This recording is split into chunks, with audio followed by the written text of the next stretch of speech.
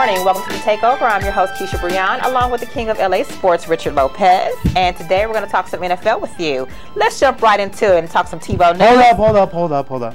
Yes? How dare you come onto this show and you not ask me how I'm doing? I already know how you're doing, sir. No, you don't. Why don't you ask me how I'm doing? How are you doing? I'm doing great, thank you. I knew that already. Oh, okay. I just wanted you to say. See, I already knew that. We have a lot to talk about. I know how excited you get about Tim Tebow, you know, your favorite NFL player ever.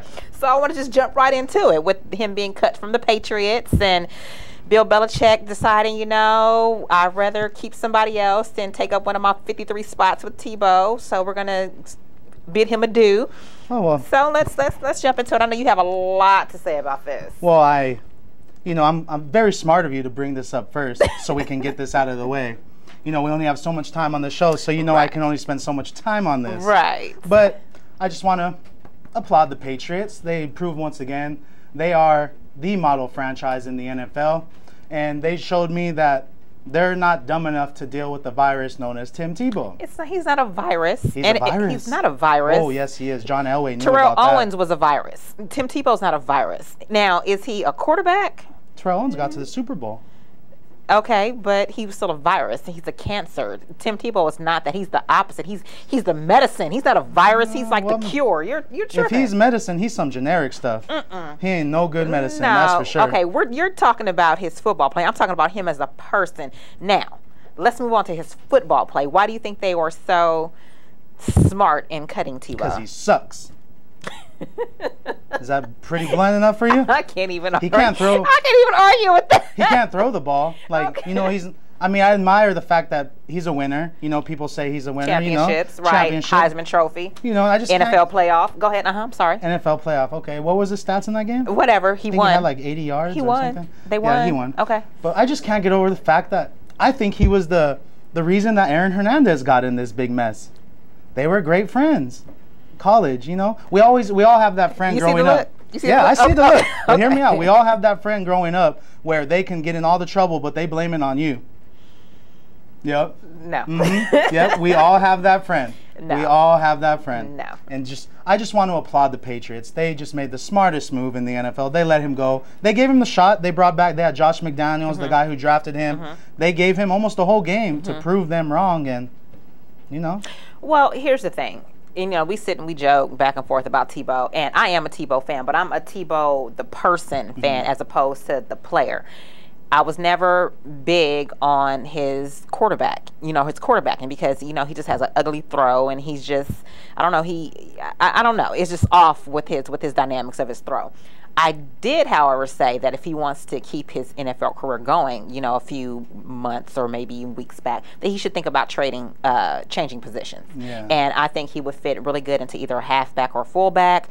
Tight end, not so much. That I think that'll take a little bit too much development from him. But if he wants to hold on to these aspirations of being a quarterback, it's not going to happen in the NFL. He's going to have to go to the CFL, the Arena League, Pakistan, I don't know, but it's not gonna happen here. So he might want to really think about that. I mean, I admire his tenacity. I admire the fact that no, I'm a quarterback, and I'm going to be a quarterback, and I want to be a quarterback. And you can be a quarterback if you want to play somewhere else. So you really need to take that into consideration. Do you want to live your NFL dream, or do you want to live your quarterback dreams? Because you need to kind of like weigh those two things out. So yeah, it's Tim Tebow, he'd be a lot better off if Vince McMahon never let go of the XFL. Because then Tebow he'd be the world champion of the XFL. He would be the model player, because he's a good guy. You can promote him if you really wanted to. He just seems almost too nice. He's almost too nice. Come on. You've never met someone and thought, they are too nice. Well, this no, is just I thought that when he was going with the whole fiasco with the Jets. I'm like, dude, speak up. Grow upset, speak up and talk against how they're treating you out there and how you were misled. But he's the poster boy for good, so he's going to say all the right things. I mean, he has a knack for saying all the right things. But yeah, he needs a mean streak in him. Yeah, that's probably. I mean, I think he has it though. He probably has that mean streak. It's just you know, it wasn't good enough for the NFL. I'm sorry, Timmy. Sorry, Timmy. I apologize to you for the things I said, you know. Hey, but I was right, you know. You're not that great. I don't know what to say. Okay. Well, moving along, let's talk about some quarterbacks who will be starting. Oh, yeah. Yes, let's talk about those. Some rookies. Some rookie quarterbacks, some real quarterbacks. And I'm going to start right off the top with my Oakland Raiders. They made the decision to start Terrelle Pryor. Good decision. Week 1, and I agree with that decision. You know, the league is advancing with the way of the quarterback, and you know, it's a smart move because you know, if the Raiders, they're not known for their offensive line, but Pryor will be able to make stuff happen. Yes. I'm just worried that he hasn't had the stiff competition yet, and that's what I worry about. Yeah, I mean, you know, they make the argument, well, you know, he did outplay Matt Flynn, you know, more scoring drives, but also Matt Flynn went up against your starters. He went up against the secondary, so that remains to be seen how he's going to do against the, you know, the first stringers. But he gives them an element that they don't have in Matt Flynn. He has a ground game. You know, he can scramble. He can elude sacks, and because they're not known for their throwing, you know, defenses have a way of pushing the box, you know, and sacking the quarterback for the Raiders. So I think this is a good look. So, plus he's huge. He's like 6'4", 233. He's bigger than like McFadden. So if they do try to sack him, you know, he's not going to be too easy to take down. So I think it's a good call. His throwing's improved over last year. You know, he kind of had an ugly throw. It's better now. So I think it's a good look. Poor Matt Flynn. I feel so sorry for him. Well, why? Because the guy, when he was in Green Bay, he was stuck behind Aaron Rodgers. So, you know, granted, he got that big contract on that one game at the end of the season. He threw 500 yards, got him to Seattle. He goes to Seattle, brand new contract, real big contract, you know, mentality. He's going to be the starter. Here comes Russell Wilson. And we never heard from Matt Flynn again. I know, poor Matty. And Matt Flynn got traded to the Raiders so he could be the starter. And now here comes Terrelle Pryor. And chances are we're not going to hear from Matt Flynn again this year. They say that's where the quarterbacks go to die, is the Raiders. So. But you did good with Pryor. You did really good with Pryor. Really, really good with Pryor. Ouch. Okay, sorry. All right, let's move on to E.J. Manuel. Oh, yeah. He got the call back from the Bills. He will be named. He was named, I should say, the starter for week 1. So how do you think he will do?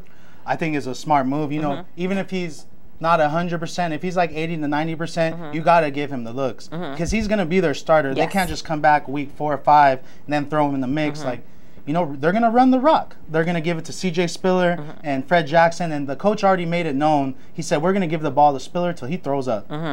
So, yeah, E.J. Manuel I think he's going to be a good quarterback. I mean, they obviously seen something that we didn't during the draft because they watched him. He worked out personally for him. And he was like my 3rd or 4th quarterback on the list. But then again, I'm not a scout yet. But chances are if I devote my time to being a scout, I will be a scout, and I'll probably be the king of scouts.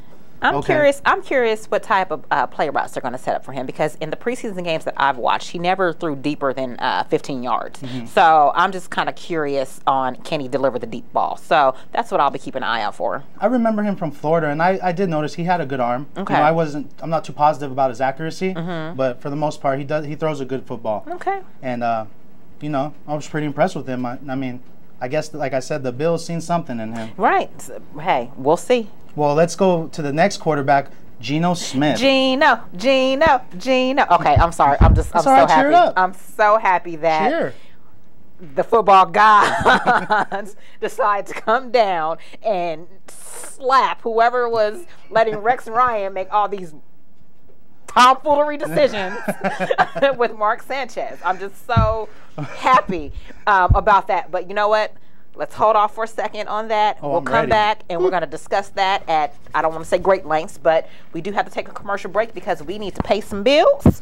So give us one moment and we will be back. Cam Newton, thank you for coming to visit the King. No problem. I promise to always report truthfully about the Panthers. Don't forget 60 minutes of play a day, right? 60 minutes of play a day? What am I, a child? Absolutely. You know you're talking to royalty? Yes, sir. Are you calling out royalty? Maybe. You must not know me. You're using a very unsettling tone. Okay. That's why Terrelle Pryor is going to have 6 interceptions against you this year. Excuse me? That's why the Panthers aren't going to win the division. That's why RG3 is better than you. Whoa.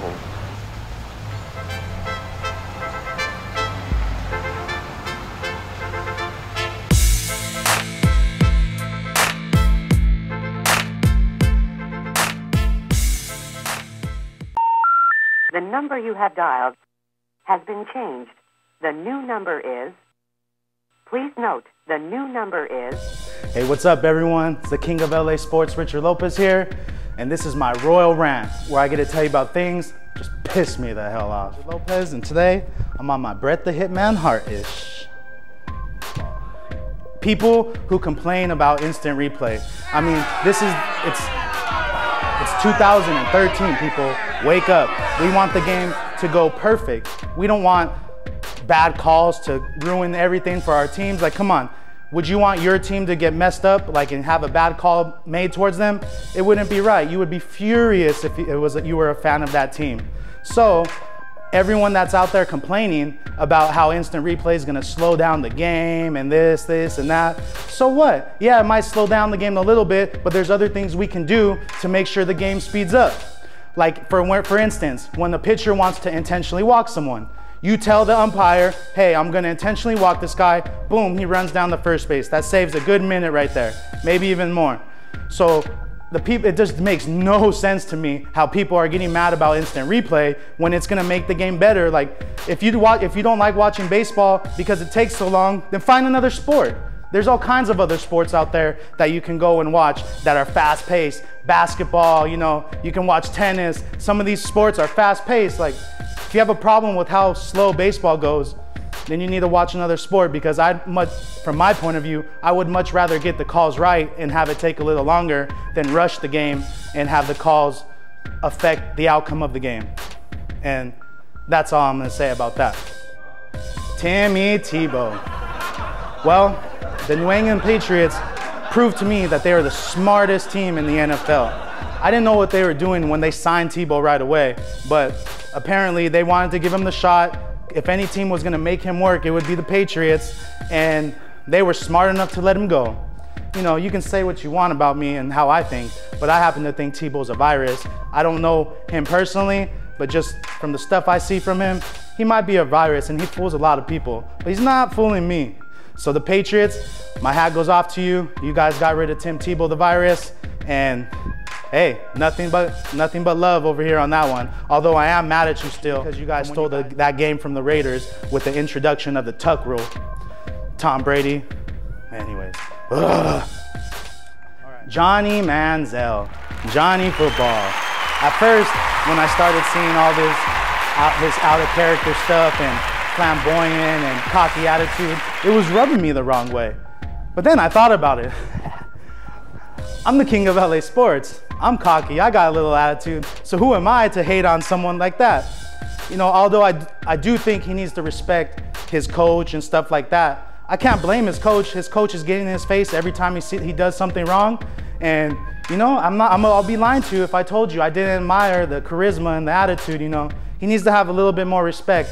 But Johnny Football, you got a new fan right here, that's for sure. I would like to give a nice shout out to all of my new followers on Twitter. The King has just been getting involved in Twitter lately, and I want to give a shout out to my #WIF fans. At Dodgers, #WIF. It's a good way to support your local charity. You know, every time there's a strikeout for a Dodger game, you always #WIF on Twitter. The team that has the most amounts of hashtags of WIF will get the money raised for their charities. So if you haven't heard of it, I would suggest you look up #WIF on Twitter for your teams and support. It's a great charity, and the King of LA, I'm supporting it. So King of LA Sports supports #WIF. So shout out to all my new fans on Twitter. It's gonna keep growing. All right, I'd like to thank all of you for joining me for this week's edition of the Royal Rant. I'm the King of LA Sports, Richard Lopez, reminding all of you that when you live like rich, you'll never be poor. Have a great day.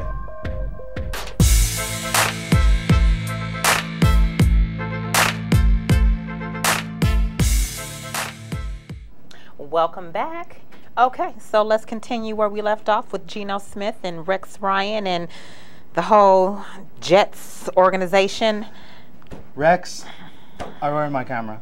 Rex, I apologize. Your man crush is gonna have to be put to the side. Thank you. It's it's over. You know, in life, in our relationships, sometimes we have to move on. Sometimes we can deal with it. But that whole little love triangle with you, Mark, and your wife, it's done.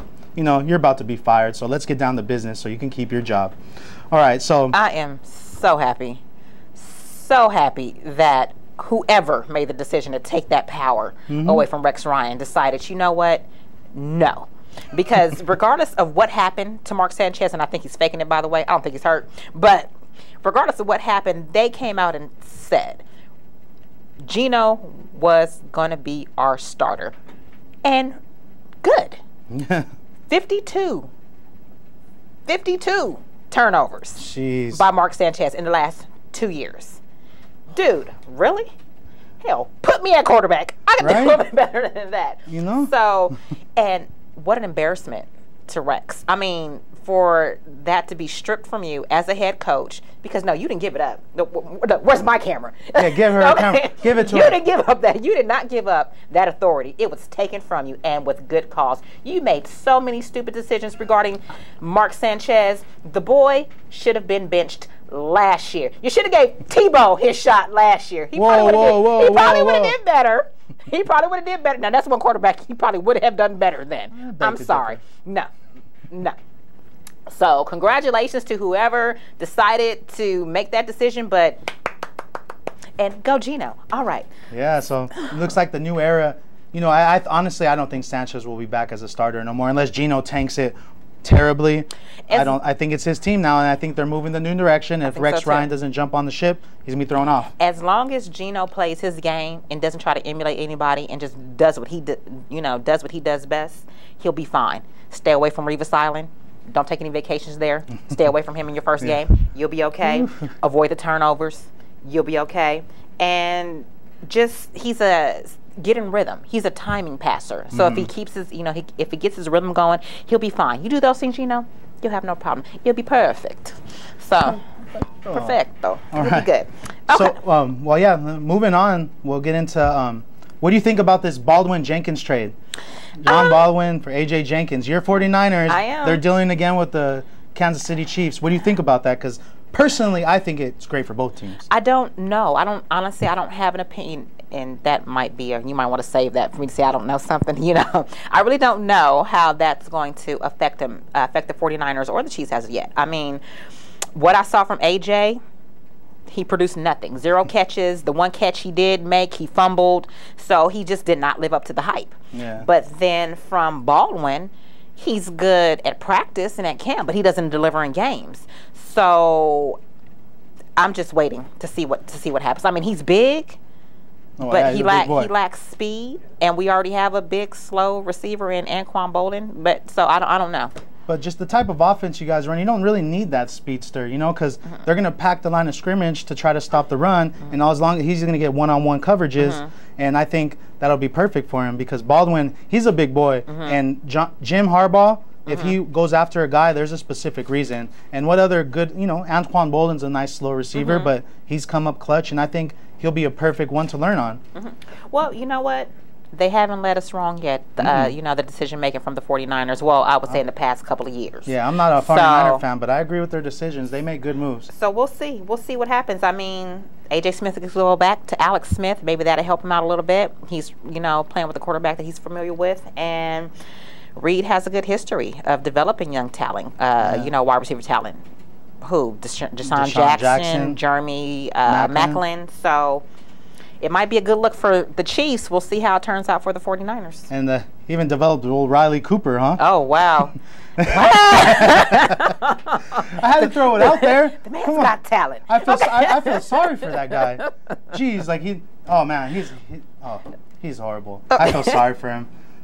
Hey, but you brought it on yourself, buddy, so nothing to say. Well, moving on. As you know, the NFL just wrapped up its lawsuit with the players, and the former players ended up settling for $752 million between all.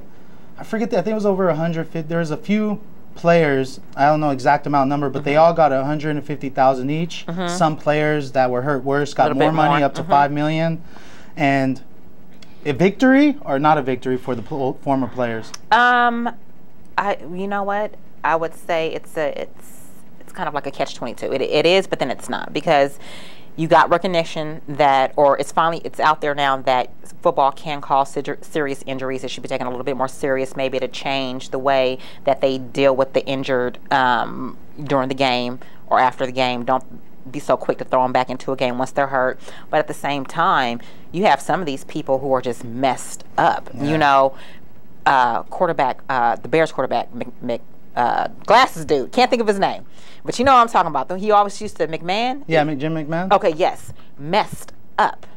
Junior Seau, bless his soul, messed up. All of these came from football injuries. So $752 million sounds like a lot of money, but it's really not when you gross over $1 billion a season. So, but at the same time, these guys, you know, you got to kind of know it's a violent sport. It is a violent sport. You got to know what you're getting into. But I mean, you know, that'll bring us right into our next subject. Brandon Marshall. Yeah. Speaking of head cases. Yeah. Brandon Marshall, he apparently is very upset because he has a hip injury and he doesn't feel that the Chicago Bears organization is taking it too serious. And that's starting to mess with his head, you know, because he's a head case. Yeah. Brandon Marshall. He was a head case before that injury, though. But go ahead. I'm sorry. Yeah, he said all those hits he took growing up, like playing football, is the reason why his head's messed up. And you have an interesting opinion on that. What do you think? I say retire. Hey. I mean, you know you're messed up. You know your head is starting to become scrambled eggs. So retire. I mean, you're going to, you should have money.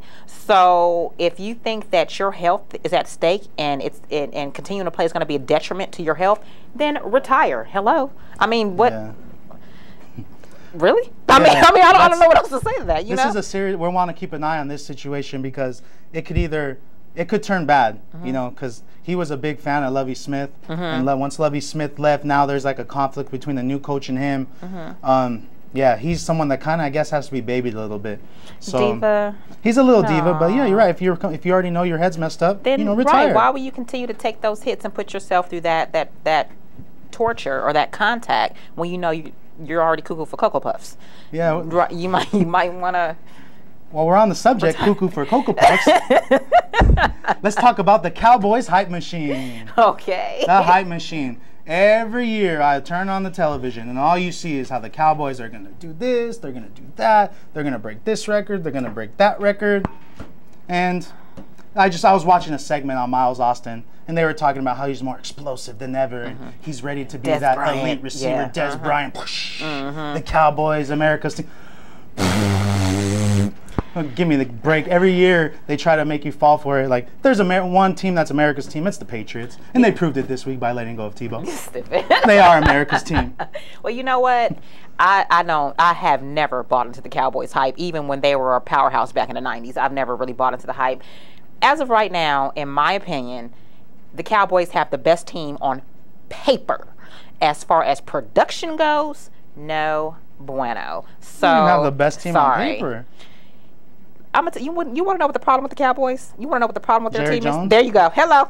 Thank you. I'm a Raider fan, and when Al Davis was alive, I was the first one to say that he was the problem for the Raiders. So I wish some Cowboy fans would admit it. He's wearing too many hats. He wants to be the GM. He wants to be the president. He wants to be the offensive coordinator. He wants to be the janitor. Dude, let somebody else have a job. He's going to outlive us. Right. He looks like he's a dead man walking, but he'll probably outlive us. So until he gets his head off his shoulders and lets somebody else make some decisions for that team, they're always going to be crap. Yeah, they're not America's team. They're America's most hyped team. Right. The Dallas Cowboys. There you go. All right, so let's get in. All right, the season's going to start this week. Going to start, yes. So our NFL predictions. Yes. Let me hear yours first. Okay, so ready? I'm ready. You starting NFC or AFC? I'm going to start NFC. Okay. For the NFC East, I have Redskins, Giants, and Eagles as my top three, and they are kind of interchangeable. Who's winning? This is this Takeover Sports Show. Did you watch it last week? I had Rick Ross. We had the hard-hitting questions. I want to know. You can't say either one. I got to know a solid answer. No, because they all have different things. Like I'm not taking Giants are good on fundamentals, but they're short on skilled players. You know, the Eagles, they struggle with defense, but they have Vic, and now they have Chip Kelly and the whole new offense going on. And then Washington, they're cool at the quarterback position, but other than Santana Moss, I'm like, Miss I can't. Who's going to win the know I don't NFC do well under East? pressure. I don't do well under pressure. It's all about pressure. All right, I need one. Okay. If you had to go with your heart on this one, who do you think? NFC East. I'll do Giants because they have Eli. Giants, yeah. Because they have Eli. So I will go with Giants. NFC East, that is also my prediction. The Get Giants? out of my head. Okay. The Giants. All Victor right. Cruz. Victor Cruz is on my fantasy football team. Okay, You know, okay. King of LA sports fantasy. All right, go ahead. NFC. Go. North, I have Green Bay for if no other reason. They have Aaron Rodgers, so who is arguably the best quarterback in the NFC East. So that's where I go with the North. I'm going to go Chicago Bears. Really? Oh, yeah. Okay. I think they have the running game. They made some good improvements on their offensive line. They got Martellus Bennett, who I think is a pretty good tight end, and their defense shouldn't miss too much of a beat. So I'm pretty sure. Like, I think the Packers and Aaron Rodgers and all his leadership controversy talk, it might catch up to him, but he still is a bad man. Yes, he is. He is. But Yes, that's he just is. my pick. Okay, so for the NFC South, I have okay. So you're going to be mad again because I have two. I have the Falcons and the Saints. I need one. Okay, because the Falcons, they picked up one of the best rushing passers in O.C. Omenura. Don't know why y'all gave him up, Giants, and that so enhances their defense. But the Saints have an offensive powerhouse in Breeze and then Jimmy Graham. So And they got it's Sean like Payton back. right, and so they're going to be motivated to play for this man who they thought was so done so wrong last year by the commissioner. So. Okay, I'll give it to the Saints. Okay, I'll give it to the Saints. right. I'm gonna go out on a limb. I'm gonna say the Tampa Bay Buccaneers. I think they win the division. They stopped Doug Martin, who came out and he tore it up last year. So Doug Martin, I believe, is gonna be the X factor right But what there. about that quarterback though? He's kind of iffy. Are you sure? Yeah, he wasn't. Yeah. Which one are you talking about? You talking about Josh Freeman? Yes. Yeah. Well, Yeah. I believe their defense is set up to where, hey, I seen Brad Johnson and Trent Dilfer go to the Super Bowl. Okay, enough said. Enough said. Enough Okay. said. Okay. That's all I'm saying when it comes to the defense. Okay. West, 49ers and Seahawks. 49ers and Seahawks. Both are Super Bowl contenders. Both have Super Bowl quarterbacks or superstar quarterbacks. Hold up. We just talked the NFC West, and instead of saying your Niners, you said either the Seahawks or the Niners. Because you cannot deny the Seahawks defense. You can't deny Russell Wilson as quarterback. He is just so you have to put it there. Now I will give a slight edge to the Niners because of their defense, and they have a Justin Tuck is healthy now. So I give the slight edge to the 49ers, but it's going to come down to either the Seahawks or the 49ers. We're finishing these predictions real quick. No problem. So, no problem. Okay. I know. I understand. We got to go to commercial. I know. No commercial. No commercial? We're All finishing right, them right let's now. go. Okay. All right, well, let's NFC West. You said 49ers? Is that your pick? Yes. Okay, good. Because you had me confused for a second. Whatever. But I picked the 49ers also. They're gonna do their thing. Yeah. I'm pretty confident. So yeah. So all right, let's move on to that will bring me to this. I'm gonna prove a point to you right now. AFC West. You want to know who I picked to win? Oh. The Raiders. Of course. Even though they're not expected to, I picked them to win. Who do you think's gonna win the AFC? The AFC or West. West. You said the Raiders. I don't know. I'll go with the Raiders just because I like you. Yeah. Okay, you know what? On that note, let's take a small commercial break because I know that probably shocked the hell out of you that I went with the Raiders. It's okay. I think we're out of time, so we'll get back to this NFL thing. Okay, well, we'll get back to it. Bring us home. Bring us home. Bring us home. That is all that we have for you today on the Takeover. Once again, we have the King of LA Sports, Richard Lopez. Let the people know where they can find you. Where's my camera? I'm not moving. There it is. Thank you so much, whoever's on the switcher. All right, Rich Lopez, King of LA Sports. You can find me, King of LA Sports, on Facebook, Instagram, and YouTube. And on Twitter, Rich Lopez, KOLASE. And you can find me on YouTube at Khisha Brijon. Thank you again for joining us at the Takeover. Until next time, may the sports be with you. And remember, when you live like Rich, you'll never be poor. Have a blessed day.